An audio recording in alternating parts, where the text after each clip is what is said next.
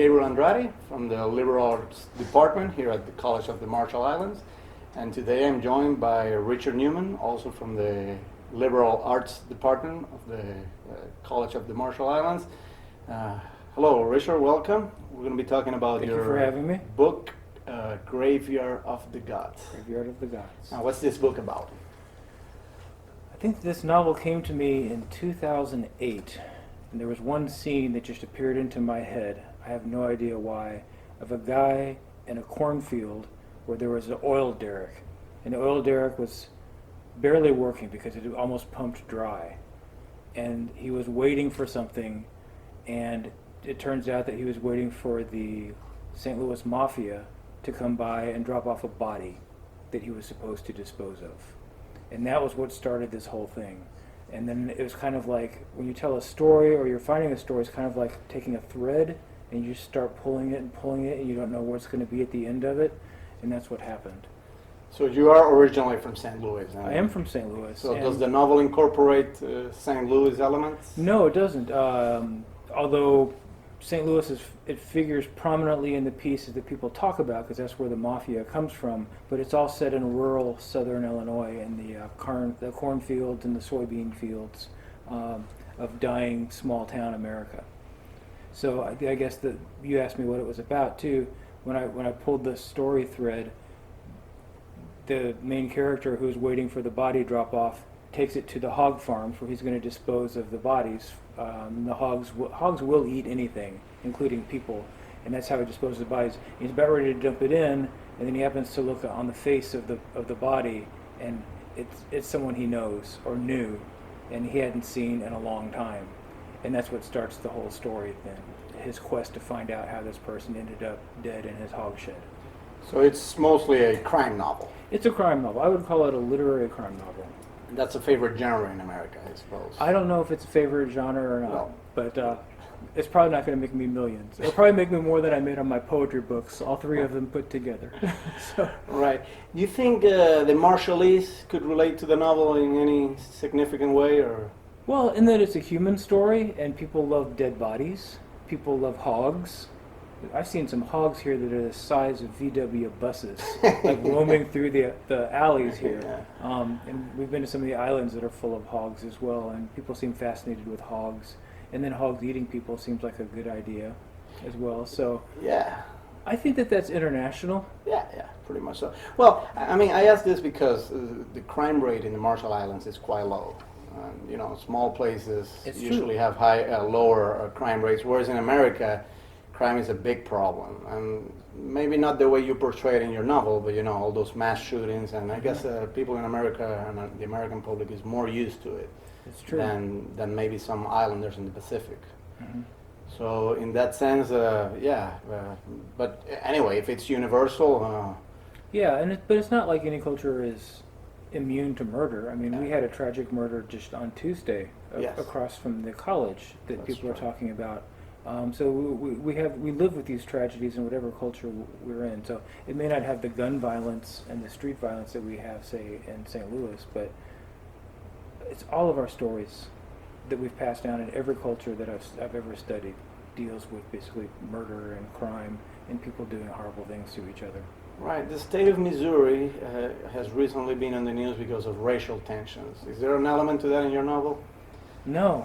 I mean, Not are at there all. black and white characters? Do they relate to each other? No, because actually my novel is set in southern Illinois, Mm. and it's pretty monolithic. It's Right. basically poor whites and dying populations of small towns. So my novel is also a celebration of southern Illinois, where my family comes from, and these towns that just get smaller and smaller, and it seems like the largest population of inhabitants is old people. So they're kind of like these towns are giant nursing homes, Right. which they don't have here on Marshall Islands, nursing homes. Yeah. But all the young people have left, and for a good reason. There aren't any jobs, there aren't any movie theaters, there's nothing to do, so they get out. They go to the cities. They I go to the suppose. cities, yeah. Right. So is it like a major concern for you, the decay of America? Of course, yeah. And also one of the things that has done in the small towns is corporate factory farming.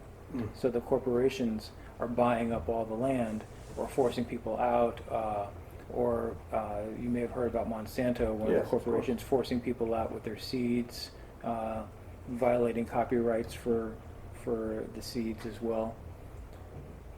Right. And do you use any special literary techniques?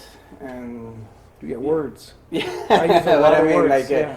you know, whenever someone writes a crime novel, sometimes they give it a twist in the middle of the plot, or, you know, the murderer turns out to be someone who the reader wasn't expecting him Yeah. to be, someone like that. I have a few twists that turn out here and there by the end. Some what I think were unexpected. One of my favorite writers is Robert Frost, and he always said, "No surprise for the poet, no surprise for the reader." And I think that works in any kind of genre where you're telling a story as well. And the ending surprised me. I didn't know exactly where I was going to land, and I didn't know exactly who was going to die in this piece, but that's where the thread took me. So hopefully there are some surprises for people. Right. Well, you know, you learn something new every day, and today I just learned that pigs can actually eat people. Yeah, usually more than one. You need a couple of them. Really? And the femurs are the hardest to chew through, in case you ever want to dispose of a body yourself. Right. So it's actually like a very efficient way of doing it. In Yeah. order to dispose of a body. I remember a movie, I think it was with one of the Hannibal Lecter's movies. In one of those movies, you know, a herd of pigs actually attacks human Oh, beings. I don't remember seeing that. Yeah. I didn't make up the idea. Actually, at one of the farms in my hometown area, there was a guy that accidentally fell into his hog shed and got eaten. And the only thing that was left was his Rolex watch. So. Wow. Does music play any element in your novel? Because I mean, I'm aware that Southern Illinois and you know all that Midwest Yeah, area has like some very particular style of music. It does, and Americana and country. Exactly. You know, I refer to it some, but really not overtly. There's more music, I think, in the actual prose style than there is referred to. And I do use a lot of the rhythms of the speech patterns of the area. So to me that's music, but some people it sounds grating, I suppose. Right. So when is the novel coming out? And It's coming out September 20th. September 20th. Can we here in the Marshall Islands expect to read it?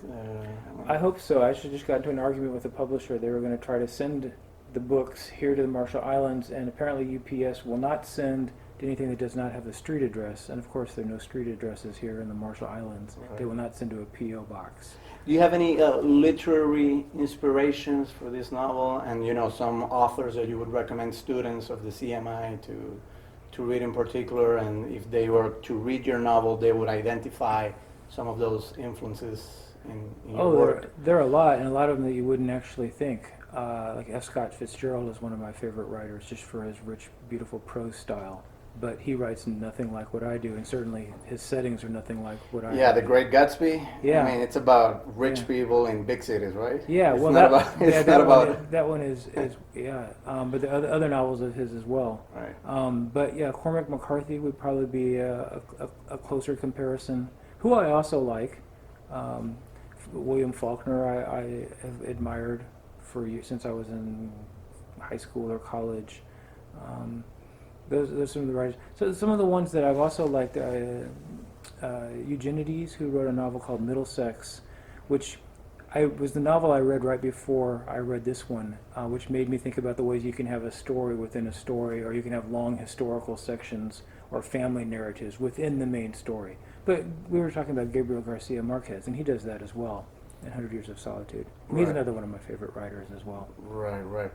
So I wonder what the psychological impact would be of someone, you know, finding a body and then, you know, realizing that that's actually someone you know. Yeah, and someone that had been close to you Right. and you had a falling out with. Right. I mean, do you explore the psychology of the impact, the psychological impact of these experiences I in the characters? do, but I do it through the main character's point of view, but he's not telling the story. So we call that close third. So there's first person, which is I, or there's second person, which is you. This is third person, but it's from the main character's point of view. So we call that close third. But he's also kind of a stoic, non-talkative person. He's not an intellectual person. So what you get is somewhat limited, and hopefully there are other psychological elements underneath it that resonate more than what you actually get on the page. because it's being filtered through his experiences. All right. Well, we've run out of time, Richard, but I think this has been a great conversation, and I hope the students here at the CMI eventually get a hold of your novel. I hope so too. I hope I make millions from it. I'm tired of living off the fat of poetry. All right, you can find Richard Newman in the Liberal Arts Department, and of course you can find me also over there, and we're very grateful to you for having watched this video. Thanks for having me.